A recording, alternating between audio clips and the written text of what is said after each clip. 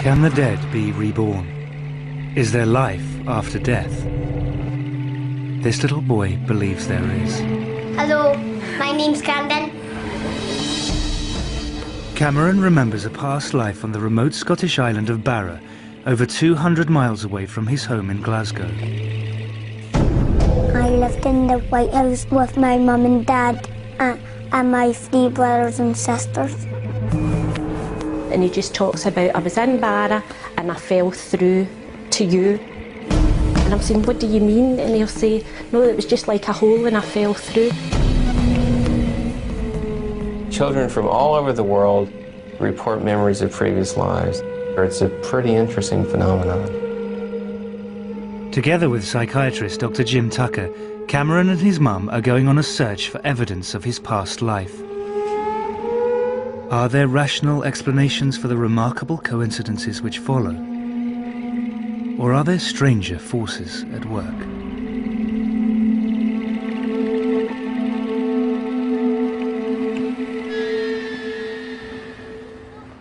Norma Macaulay is a single mum who lives in Glasgow with her 2 young sons. Well, I've got 2 boys, lovely boys, not even if I say so myself. I've got Martin, who's 6, and I've got Cameron, who's 5. Since Cameron first started to talk, he has described life as a child on Barra, a remote island in Scotland's Outer Hebrides. I lived in the White House with my mum and dad and my 3 brothers and sisters. From the age of 2, Cameron has been telling his family the same story. As he's grown older, the story hasn't changed. It's just become more detailed. Norma could not understand how Cameron knew about Barra, let alone have such clear memories of life on the island. At first I just thought, oh, he's making things up. And then I was thinking, how does he know the name Barra? Why is it Barra where none of us have been or have any connection with? Barra lies off the western coast of Scotland, 220 miles from Glasgow. It can only be reached by a lengthy sea journey or an hour-long flight. It's a tiny, distant outpost of the British Isles and is home to just over 1,000 people. My favourite place in Barra was the beach, and I took my dog with me and I play with him and my brothers and sisters to play. He used to say, I'm a Barra boy, I'm a Barra boy. The planes must have landed on the beach. He said there's like a small beach. He says, and like small planes and they land on the beach. At Barra is loads of places to run around, but here is not a lot because the houses are near each other.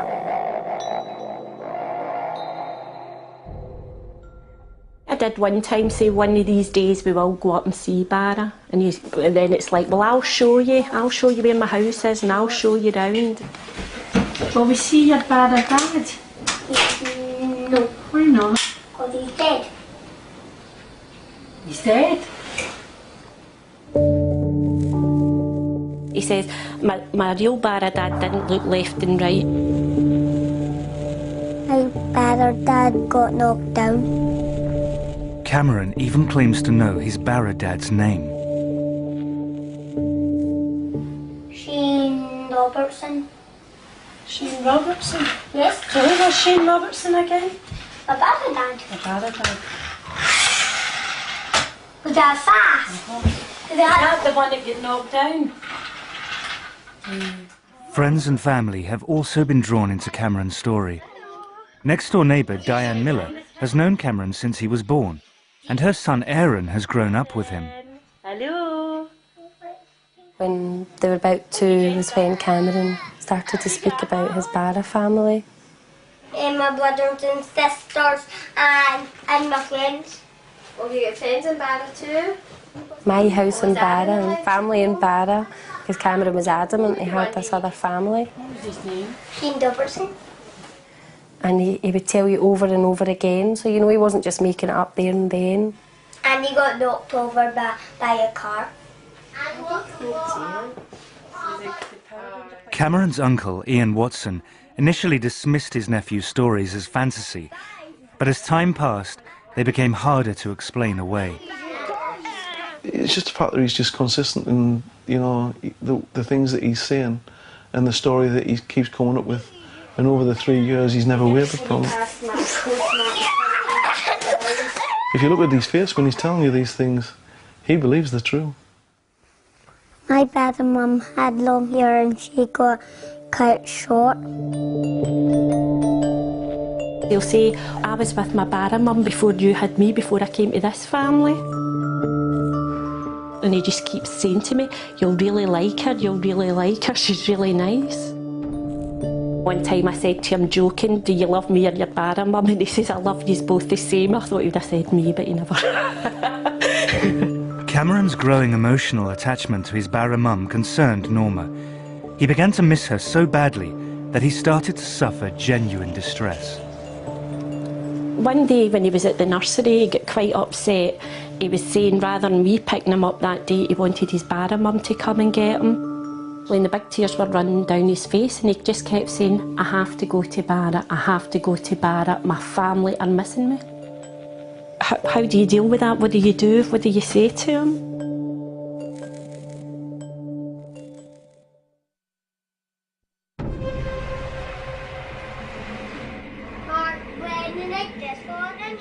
Ever since he could speak, Cameron has described a previous life, growing up on the remote island of Barra in the Outer Hebrides. Cameron is desperate to visit Barra, but Norma, his mum, wants to find out if there is a rational explanation for his unusual memories.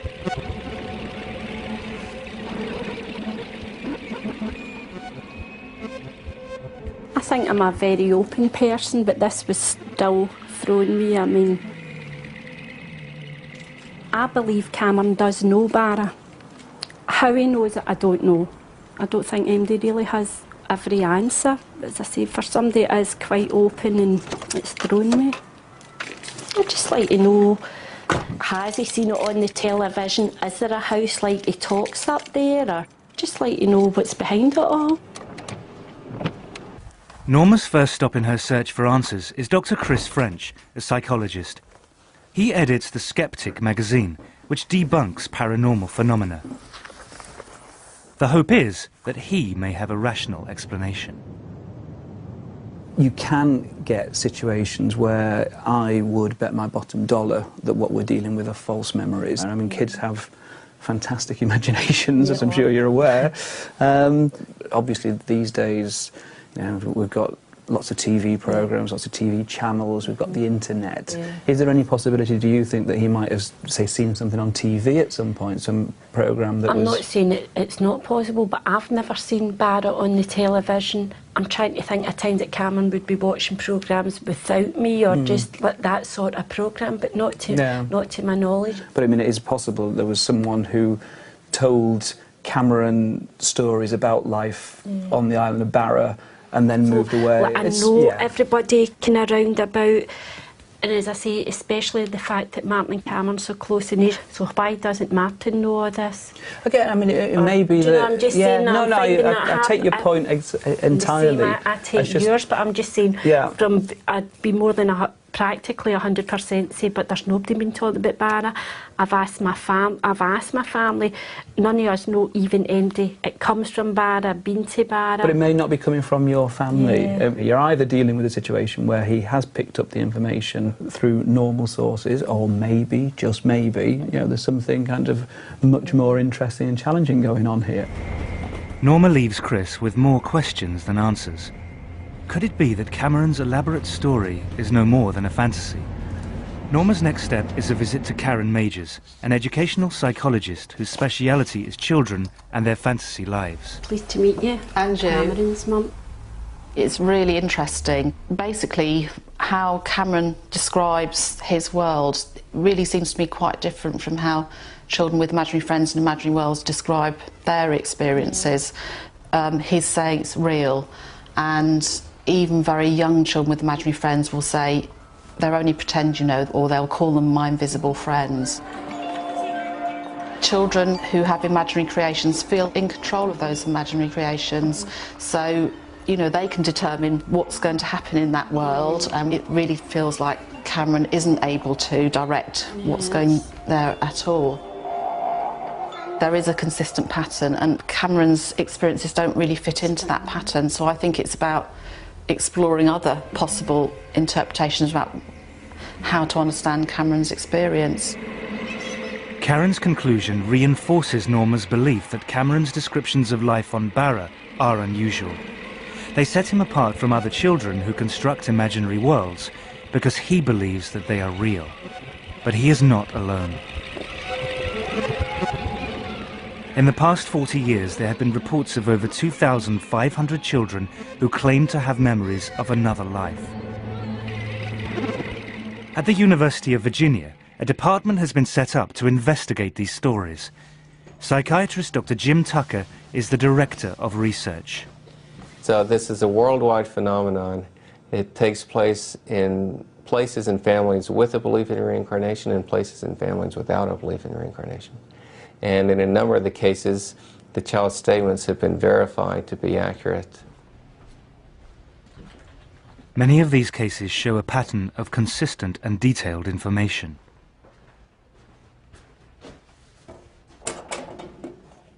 The children will usually start talking about these memories at a very early age, usually 2 or 3. Some of them talk about them matter-of-factly, but other children use great emotion in describing these things and will often long for the previous family.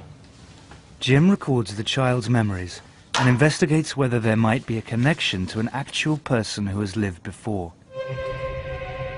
Many of the cases seem to defy simple, rational explanation. One of Dr. Tucker's most celebrated cases was a boy he investigated from the Midwest of America. This is a very interesting case of a boy who had memories of being his grandfather. And he said that God gives you a card to come back, and I guess this is a drawing of the card that he did. Gus Taylor is the child who drew that card. Since he was a toddler, he has believed that in a past life he was his own grandfather.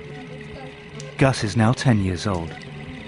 When he was about 1.5, I was changing his diaper on his changing table, and he all of a sudden just looked at me and said, "You know, when I was your age, I used to change your diaper." And I went, whoa, this is weird.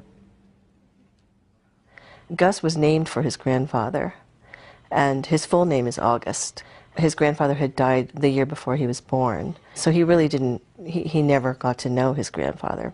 But he would insist that he was Grandpa Augie. If we were referring to Grandpa Augie, he would just say, "You mean me?" You know, he was just very adamant, like, we should know that he is Grandpa Augie. Where's me? There. There. Where's me again? See if you can find me somewhere else. Gus was 4 when Ron was given an old family album. To his parents' astonishment, Gus was able to point out his grandfather in an old school photograph. He also correctly identified this as the first car that his grandfather ever owned. He showed me a picture, and then I said, that was my first car. And then my dad was like, that's weird, because the car was Grandpa Augie's first car. So it was all scared. Kathy and Ron were intrigued by their son's ability to identify his grandfather in photos. But one day, Gus told them something that turned their intrigue to shock. Gus and I were chatting, and he started saying something about Grandpa Augie, which wasn't unusual. And I said to him, when you were Grandpa Augie, did you have any sisters or brothers? He said, well, I had a sister, but she died. And so that sort of caught my attention because, you know, we haven't had any deaths in the family. And he said, well, she died. And I just sort of looked at him and he said, yeah, she turned to a fish. She died, some bad guys. I just was flabbergasted. I really was just I was speechless. because I just couldn't understand how he would know anything about that. Apparently what happened was his aunt was murdered, and her body was dumped into the San Francisco Bay. There was no way he could know anything about her circumstances and how she died, because it was never discussed, and was barely discussed with me, with him in my family. To hear my son, who didn't know my father, didn't know his aunt who was murdered, speak about this, and because that's when I just went, there's something going on here that I just don't understand. For many in the West, reincarnation is an alien idea. Chris French believes that it's simply a comforting illusion, which helps some people avoid the difficult realities of death. On the one hand, you've got science that says, once you die, that's it, that's the end, nothing else. On the other hand, you've got a belief system that says you will survive, you will be reunited with your loved ones. In a sense, you do go on forever. You know, how much more appealing can you get? I mean, we all want that, we'd all want to believe that.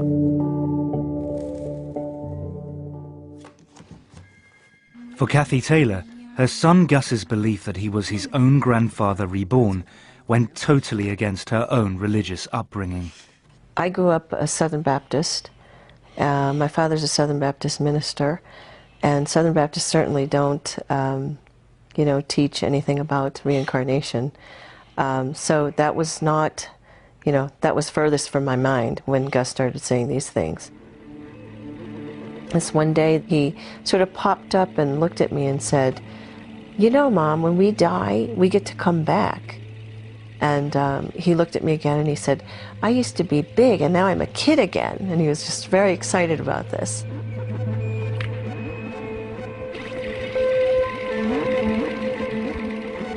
He said that God gave him a ticket.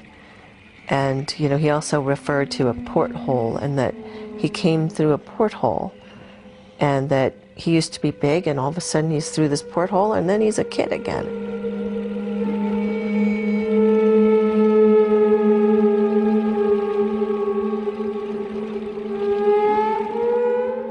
Curiously, the description of the rebirth given by Gus in America has strong parallels with Cameron's account in Scotland.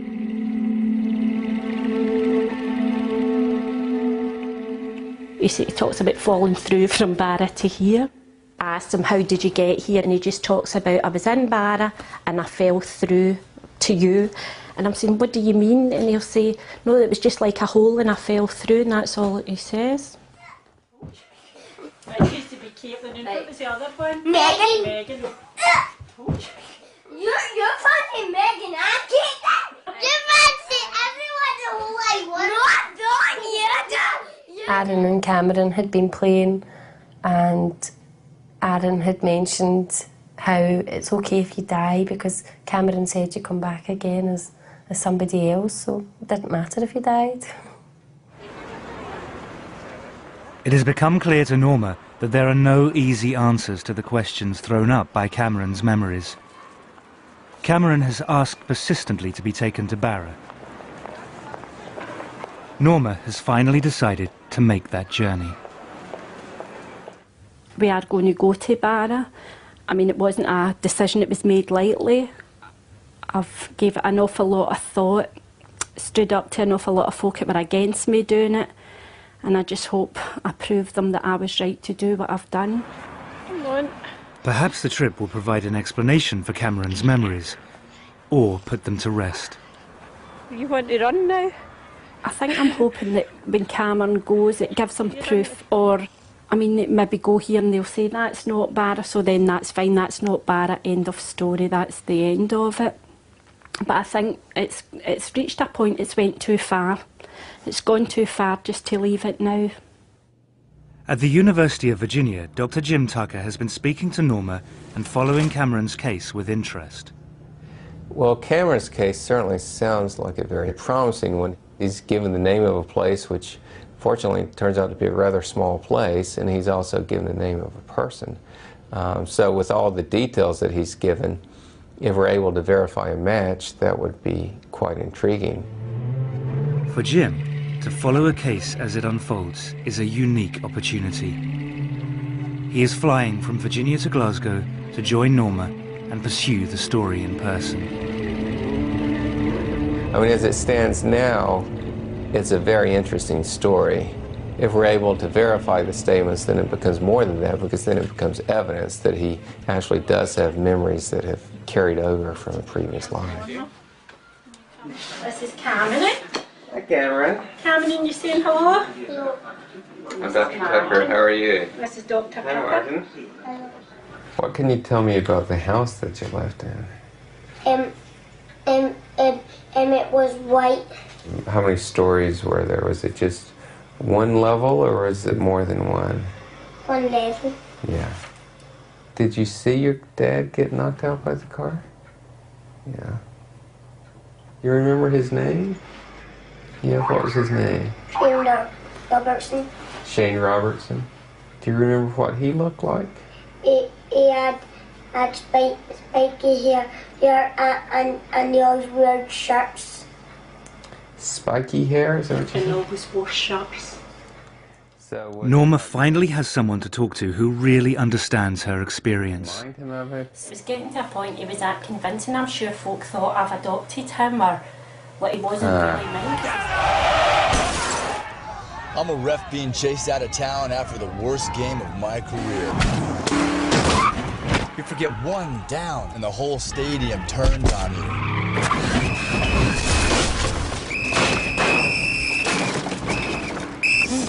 And if you have credit rate insurance, it may not pay for all this. So get Allstate. You can save money and be better protected from mayhem, like me. Shop less, get more. Make one call to an Allstate. This other family. And has it slowed down, or is it still going as strong as ever? It calmed down for a wee while, but then it's back. Is he excited about the trip? Yeah. Yeah.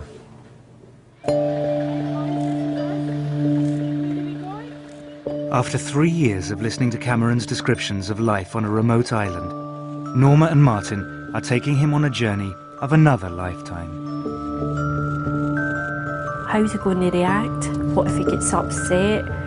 What if we go and these things are there, how he's described? Cameron is finally going to visit the place that he calls home.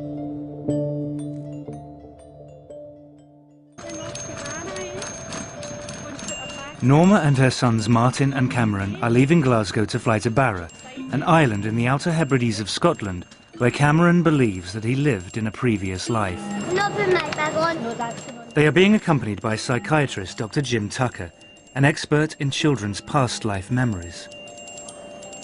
Cameron believes that his family name was Robertson and that he lived in a big white house, a house full of children. He says he had a black and white dog.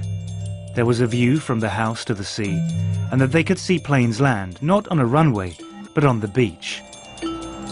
Could any of these apparent memories correspond to reality? You know, there's a concern that if he really is having memories of a previous life, that taking him back to that place might be traumatic. But what usually is the case is actually the reverse, that seeing the old place kind of puts the memories in perspective so that the child is then able to let go of them more.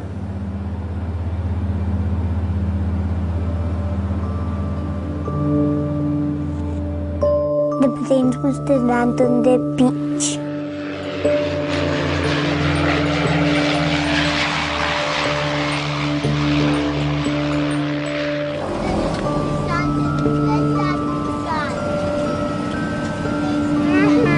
I told you it was true.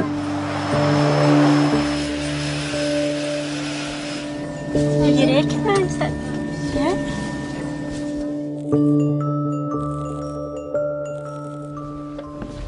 You okay? Yeah, good boy.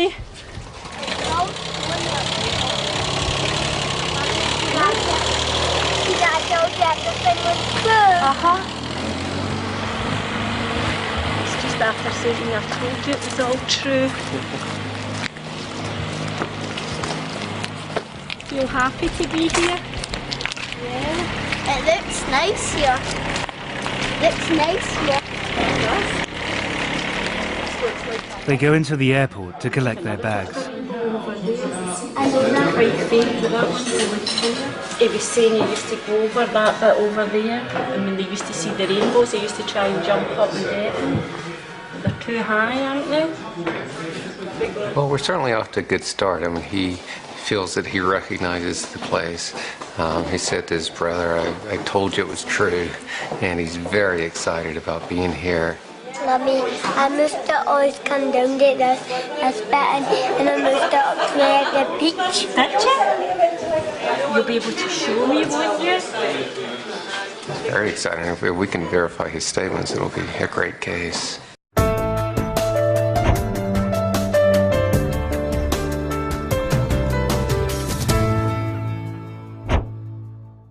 Looks like a place that doesn't change too rapidly, so hopefully he'll be able to recognize some things.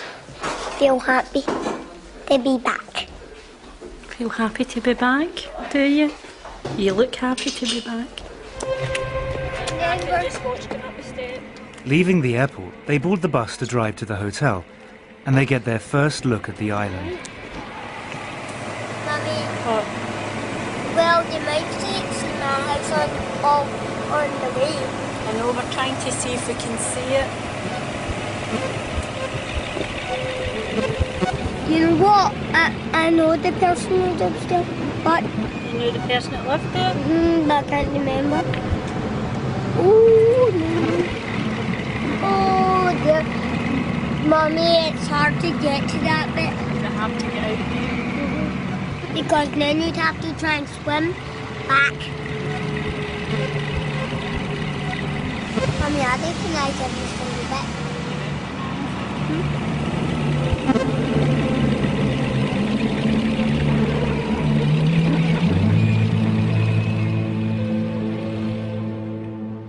Cameron, don't jump about the bed. Can you believe you're here at Barra? Yes. I'm not exactly the same, but I recognise the beach. You recognise the beach? Oh, it looks like a beautiful place, doesn't Yes, it? yes, yes. So what do you want to do tomorrow when And go to the beach. go down to the beach? Yes, and I'll show you, and I'll show you what I did. Show me what you used to do. Oh, my socks! I forgot to do it. Take my socks. Next morning, the investigation begins in earnest. Norma and Jim set off to visit the local heritage centre to look for any record of the Robertson family and the man that Cameron calls his Barra dad. My Barra dad was called Shane Robertson, and he got knocked down. Hello. Hi, I'm Norma, pleased to meet you. Callum McNeil is the island's local historian. Tucker. Callum McNeil. Nice to meet you. Certainly the names don't immediately come to my mind. Certainly the name Robertson does feature, but certainly not the name Shane. And the name Robertson itself only features occasionally in the history of the islands. There doesn't seem to be any evidence that a family called Robertson lived in a house by the shore. Could Cameron be wrong about the name, but right about the house? I could see the beach when I looked out the window, and sometimes my brothers and sisters could go by themselves, and I looked out my window, see the planes land on the beach. And my brother said a black phone, and how you die is you just go like that. He has provided some clues about the location and the period in which he says he lived on the island. Since he's talked about the planes landing and talked about phones, what sort of era would that put him in? More than likely after the war. After the More than likely after the war. And since he's talked about the plane landing and seeing that, we're probably thinking of a family toward the north end. Oh, yes, I would say so. If the to and froing of aircraft from the beaches featuring highly, that would indicate the north end of the island. It's not much to go on, but they set out on a trail back to the north end of the island.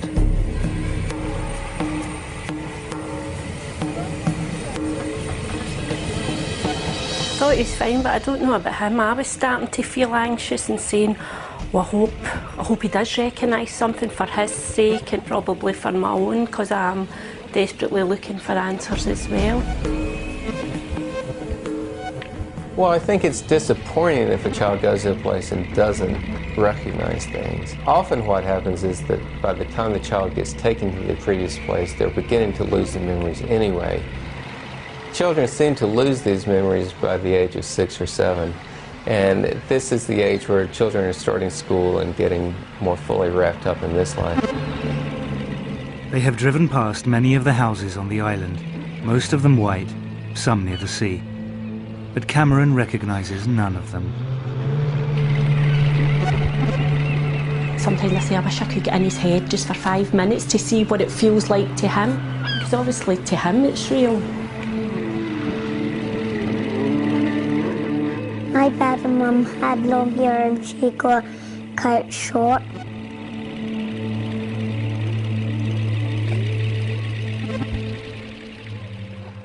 Later that day, they go for a walk on the beach. The adults may be disappointed, but Cameron is happy just being on the island.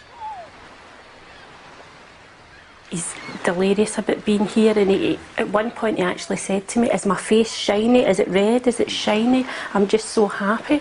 He keeps saying to Martin, see, I told you, it's not lies, it's true, we're really here, it's real. Apart from the planes that land on the beach, there has been no other link between Cameron's memory and the island.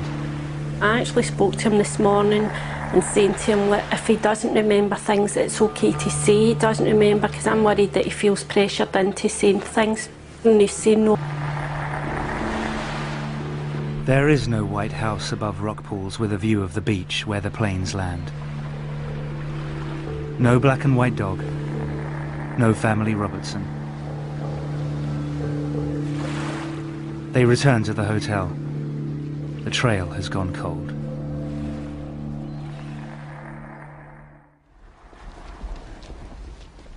But next morning, they receive a phone call from Callum McNeil at the Heritage Centre. He wants to speak to them urgently. He has some new information.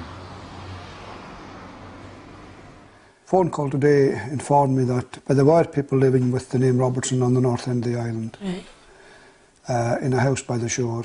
It's a white house by the shore. Couldn't get much closer to the shore. Callum's records were only for properties owned by islanders, but the Robertsons were from the mainland. And when were they there? 60s, 70s, I believe. Yeah. So we know exactly which house it was. We'd be able to go see it. Sunderland. Directions to the house take them down a different road to the ones they had been searching before. Jim and Norma don't tell Cameron where they're going. They don't want to influence his reaction or disappoint him. They follow a small coastal track. The house comes into view as they turn the final corner.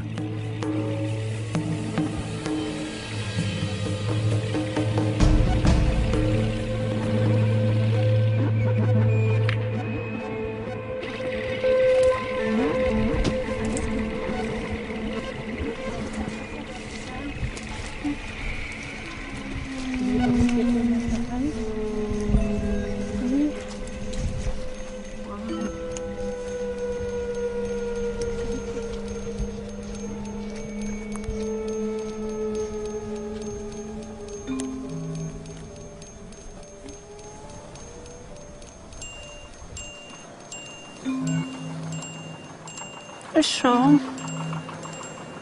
A wee bit. You alright? Is this your house? Don't you get sad? Is this your house? Yeah? It's okay. What's wrong? You're getting a wee bit upset. How? It's okay. Does it make me feel a wee bit sad? The usually chatty Cameron has become strangely subdued.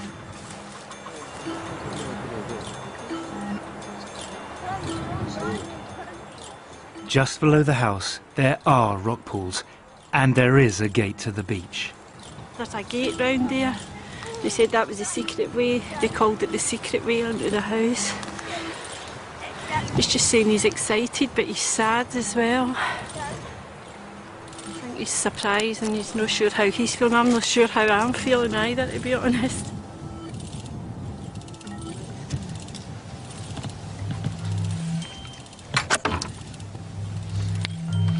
Can we come in?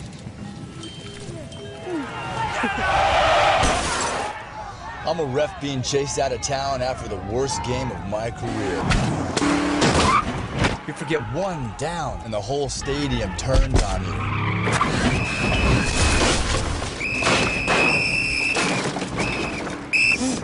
And if you have credit rate insurance, it may not pay for all this. So get Allstate. You can save money and be better protected from mayhem, like me.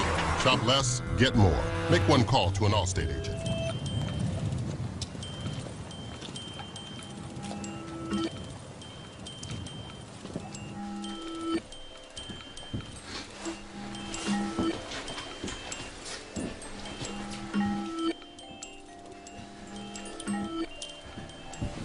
We've got a fire like that, haven't we? Mummy, look. What? Look. I know, wow.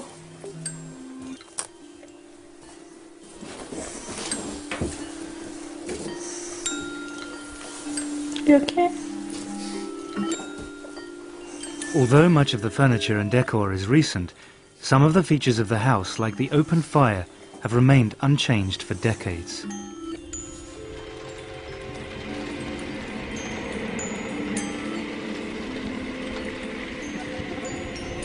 I could see the beach when I looked out the window, and sometimes my brothers and sisters could go by themselves, and I looked out my window and I saw them playing.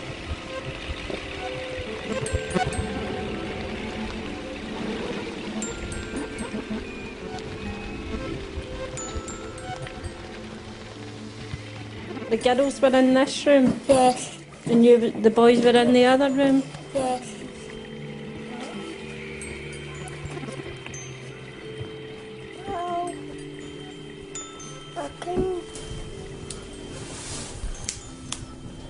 Was it the same stuff? No. Did you just have the fire lit? Are you glad you came here to see it?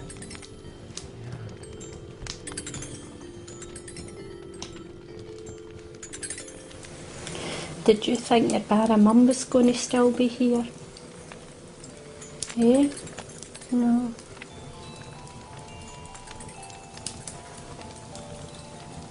Do you miss her? You got me, haven't you?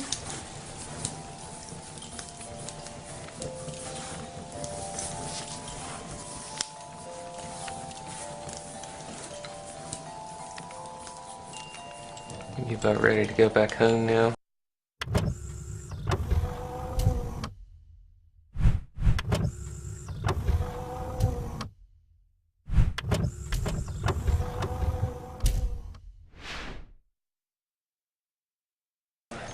Yeah, get on the plane and fly home.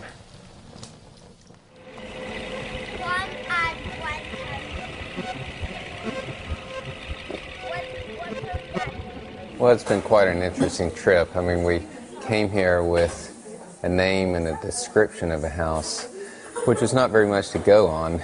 And we found that, in fact, there was a family here, and that, in fact, they had a house in the right location and the right appearance of what we were looking for.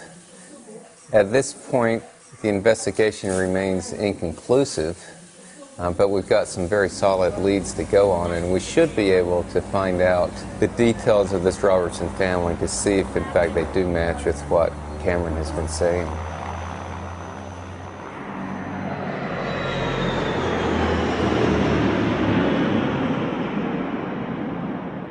Back in Glasgow, Norma has arranged a meeting with Ruth Borum, a genealogist who has investigated the Robertson family history for her.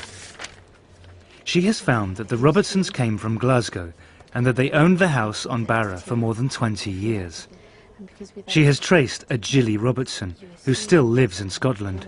but you don't know when and you don't know the surname. And I've been able to find a phone number and an address for Gillian and her husband. Gilly Robertson would have been a child holidaying in the house on Barra at the same time as Cameron believes that he lived there. I can pass that on to you. And so would we be allowed to contact her?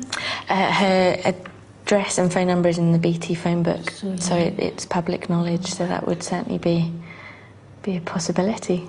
And she fits with the right sort of age. Yes, she had two brothers and a daughter. Wow. Norma now has a name and telephone number for a living member of the Robertson family. The search for answers is nearing its conclusion.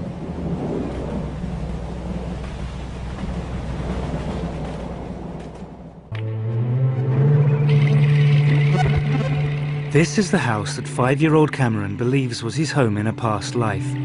He believes that he lived here with his family, the Robertsons. The house, which exactly fits Cameron's description, was once actually owned by a Robertson family who spent their summers here in the 60s and 70s. Cameron's mum, Norma, has traced Gilly, one of the Robertsons, and arranged to visit her. But now, back in Glasgow, Cameron's reaction to the news comes as a shock. Last night was just an outburst. 1 minute we're laughing and joking, everything was fine, and then it was just, there was tears, and then saying he was frightened, and then the next thing him and Martin were fighting. It got a wee bit out of hand. It was like somebody had flicked a switch. He went from happy to, and it was, I'm scared, I don't want to go, Mum. This morning he came in quite wide awake and started asking me about Gilly Robertson. And at one point I thought it was quite strange. He actually says, could Gilly be my sister if she was a wee girl at the house? And it's kind of, I think we've all been thrown a bit. Now he's asking, can he go? He wants to go and meet her. Hello. Hi there. Pleased to meet you, I'm Norma. Hello, Julie. Very nice to meet you. This is Cameron. And Martin, come on. This is Cameron's big brother, Martin. He's finding somebody that's possibly his sister. Is he thinking, oh, maybe I'll need to go back to that family? Because in Cameron's mind, the Robertsons were his Barra family. And I think that's what's frightened him. I mean, it's quite frightening. This is the house here, and down below the house, the lovely beach. Was that what it was like when you were in Barra? Yeah. But could you recognise it quite well when you went to see it? Although he was saying it had changed. Yes, you see, I think it has changed. I think the person who's bought it now has modernised it. Yeah. I played in the beach and took my dog and played fetch with my dog at the beach. Could I ask you, when you went to Barra, did you have a dog? Was there a dog there? Well, certainly Callum and Peggy, who lived in the house, they had a dog, a sheepdog. The black and white dog is just as Cameron remembers. But what about the name of his Barra father, Shane Robertson? Yeah. Well, certainly there aren't any Shanes in our family. There were, one of my uncles was called James. Yeah. Now, Seamus, James, you know, that's quite a common connection. Yeah, one of my cousins is also called James, but certainly not Shane. Was the car accident on Barra? This is what we don't know. He doesn't seem to be able to tell you. I don't know of anyone in our family who died in a car accident. That's how I was curious as well, if maybe even there had been a child in the family had passed away. Or... No, certainly there were no deaths of children in that close family. So while many parts of Cameron's memory fit with extraordinary precision, others do not. The family name matches, so do the physical details of the house, the island and the dog. But the name and death of the father figure do not.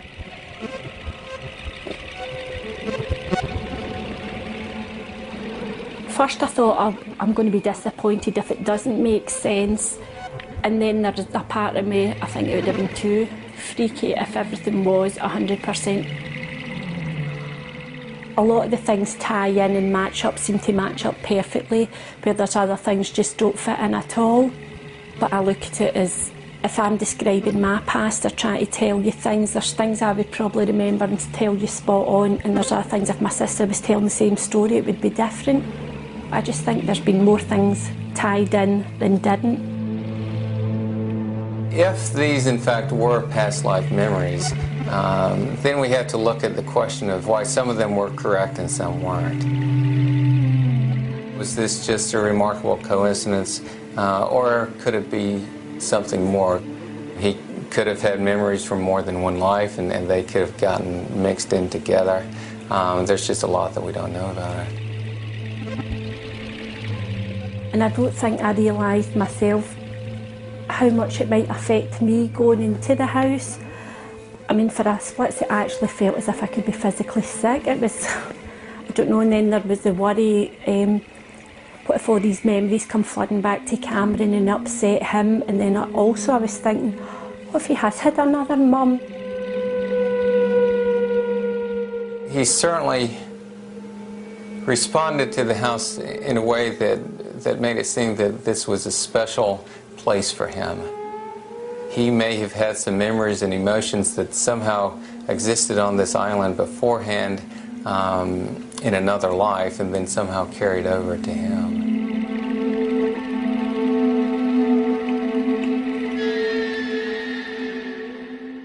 I personally think there's more to it than meets the eye, but there is some people, and everybody's allowed to make their own judgment, but I definitely think it's one of those things, there's something there. I can't tell you what exactly it is, but I think it's something we'll probably never know.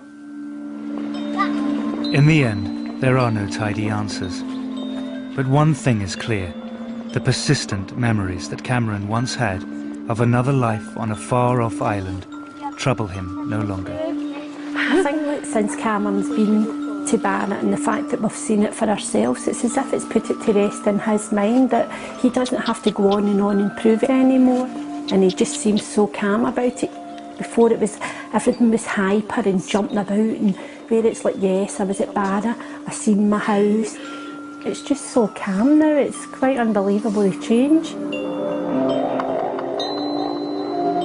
And the new series of Extraordinary People continues next week with Derek, who can't see and has the IQ of a 4-year-old, but when he sits at a piano, he becomes a musical genius. That's next Monday at 9. Next tonight, Guys and Dolls.